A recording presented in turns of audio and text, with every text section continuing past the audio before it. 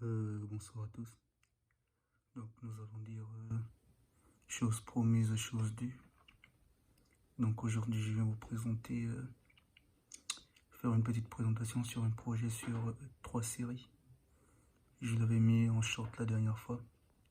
Donc là je vais essayer de vous présenter un peu comment le logiciel il se présente et montrer quelques applications qu'on peut y faire. Il est très similaire à Electrical que vous voyez ici, dont j'ai déjà fait une présentation. Donc je vais travailler sur celui-là, il y en a plusieurs. Donc je vais travailler sur 3 câbles. Lui en fait c'est pour tout ce qui est schéma électrique, tout ce qui peut être également synoptique, également simulation en fait d'armoire électrique. Donc il intègre en fait la partie 3 panels pour tout ce qui est armoire, coffret. Donc sans plus tarder je vais le lancer. Hop là.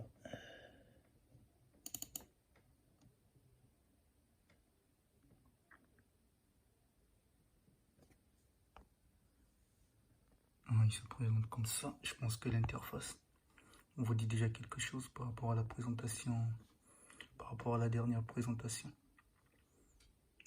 Là, je vais ouvrir un fichier de celui-là. Donc on a la partie projet qui est ici, c'est une feuille. Ici on peut y mettre un nom, comme j'ai mis ici schéma électrique. Pour mettre le nom, il suffit juste de cliquer sur celui-là, venir sur propriété feuille, et venir juste en bas. Vous faites entrer le nom ici, on va choisir type de document, et vous mettez le nom que vous voulez. Et là je vais juste déjà l'ouvrir. Voilà le schéma que j'ai réalisé. C'est-à-dire on a l'arrivée, 3 phases. Et au neutre. Vraiment il est très proche de ces électrical. Bon c'est normal, c'est du génie électrique. Donc on a ici L1, L2, L3 et au neutre.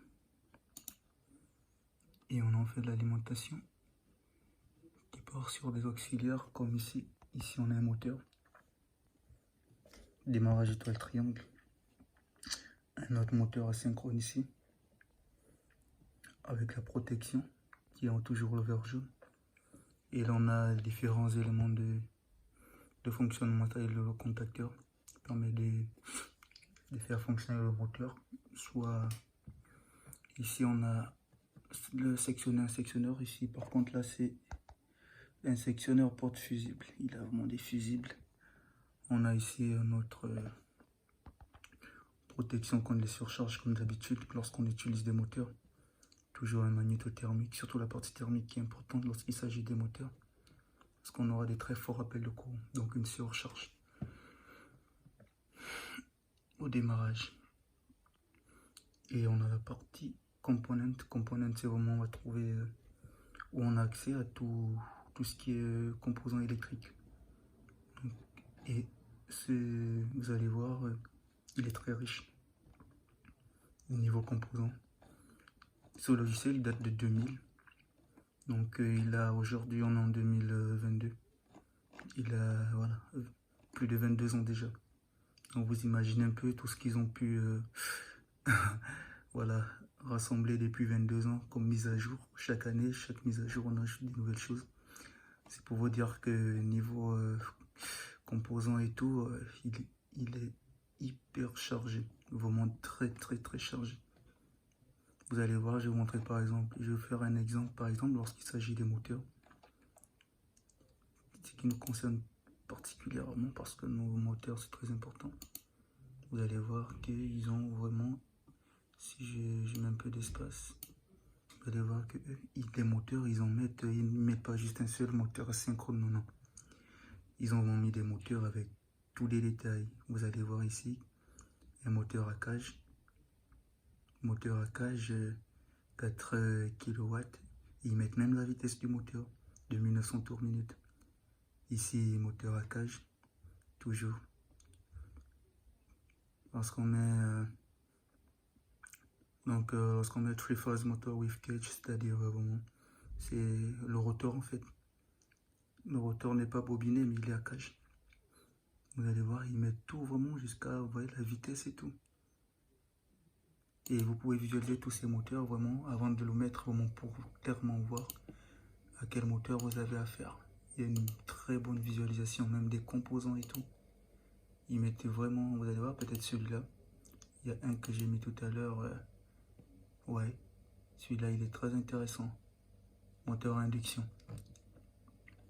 Donc, c'est un logiciel très riche. Bon, je ne vais pas trop m'attarder sur ces bibliothèques, mais je pense qu'il mérite un coup d'œil si vous vous intéressez particulièrement à tout ce qui est conception assistée par ordinateur. Donc là, je vais partir sur la partie de l'armoire que j'ai réalisée. Et à l'heure toute petite, nous, vous allez voir. Et hop là, on a tous nos éléments en fait qu'on a sur la partie schématique. On peut facilement réaliser notre armoire et l'ordonner comme suivant. Bon, c'est pas juste ça, c'est pas automatique en fait. C'est vraiment moi, je l'ai fait, c'est étape par étape, et je l'ai réalisé. Donc c'est pas sorti d'un coup, non, non, non. C'est vraiment une réalisation et on l'ordonne comme on veut. On fait vraiment nous-mêmes en fait déjà l'armoire dès le départ, avec toutes les dimensions, on fait des parties latérales de la porte, etc. Vous allez voir si je recule un peu. Ouais, c'est écrit door, c'est la porte inside, c'est la partie interne de la porte. Et on a la partie arrière, c'est vraiment vous faites cette conception selon vos besoins. Vous voulez peut-être un simple petit coffret de, voilà, de 500 mm par côté, etc. Ou bien vous voulez une armoire de 2 mètres de haut, c'est vraiment selon vos besoins et vous le faites vraiment à votre sauce, on va dire. Donc ici on a, vous allez voir en bas ici, c'est vraiment très bien fait. On a les rails pour la pose des appareils. On a devant les rails ici, on a ici c'est des caniveaux pour le passage des câbles. Vous allez voir que c'est très ordonné.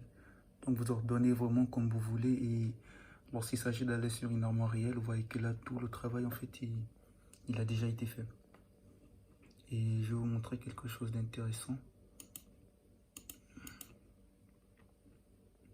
Donc là, vision en 3D. C'est-à-dire vous pouvez visualiser votre armoire en 3 dimensions. Vous voyez comme c'est vraiment très beau. Et là on voit bien le détail en fait. On peut tourner dans tous les sens.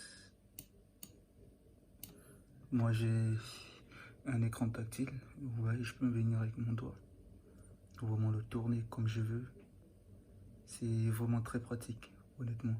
Là je l'ai mis à l'envers. Je peux le retourner pour le remettre à l'endroit. Hop là, hop, hop, hop. Et voilà.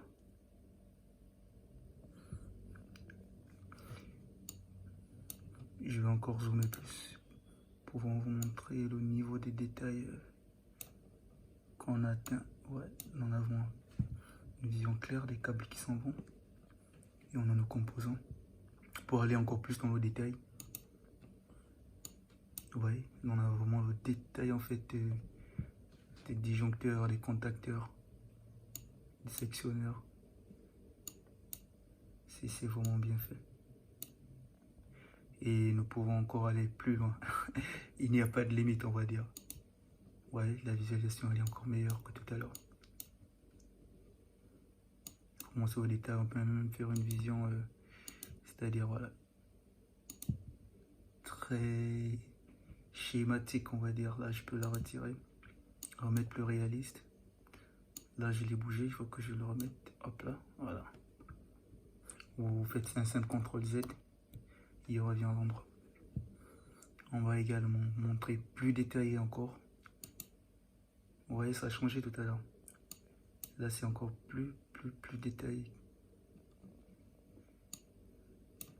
On peut vraiment... Le détail, il est assez incroyable. Je vais reculer et je vais revenir en fait pour vous montrer le niveau des détails qu'on atteint avec ce logiciel. Hop, vous voyez, on peut voir même les vis. On a vraiment les vis à l'intérieur, on voit les câbles qui passent. Ouais.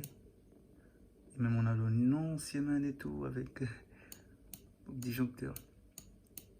Vous voyez, même on a la partie où les câbles vont passer à l'intérieur. Vous pouvez visualiser les câbles qui rentrent vraiment dans l'élément de protection. C'est vraiment très bien fait. Donc, il est intéressant. Si voilà, ça peut vous intéresser, je pense qu'il mérite vraiment un coup d'œil. On va revenir et là, je pense que c'est tout ce que j'avais à vous présenter. Donc une belle vision. On peut vraiment faire notre travail comme on le veut et vraiment disposer en fait tous les éléments de protection comme on le souhaite. Et voilà, remettre la feuille à celui qui doit faire le câblage en réel. Et là, tout le travail quasiment il est fait depuis la conception. Il n'aura qu'à suivre en fait les instructions en fait qu'on aura données en amont. Donc là, on a l'armoire. Là, hop. On a notre armoire et on a notre schéma. Et encore plus intéressant, c'est pas tout, pour vous dire qu'il y a beaucoup de choses très intéressantes, c'est-à-dire lorsqu'on se rend compte qu'on a tellement de contacteurs, on ne sait même pas qui est lequel, tellement il y en a, même si lorsqu'on clique dessus on a bien le nom, mais on ne sait pas où il est situé sur le circuit. On peut arriver sur des circuits vraiment très importants, donc il suffit de cliquer sur le composant en question et cliquer sur aller au schéma. Et il vous montre en fait où il se trouve sur le schéma. Et là facilement on le retrouve. Très pratique. Et même depuis le schéma également, vous cliquez là, allez à l'armoire. Et il vous le montre, il est là. C'est vraiment très pratique. Voilà, c'est intéressant. Donc voilà, c'est la présentation que j'avais à faire. Je reviendrai éventuellement sur ce logiciel avec une autre présentation à faire, mais avec voilà, une autre réalisation. Allez, à très vite.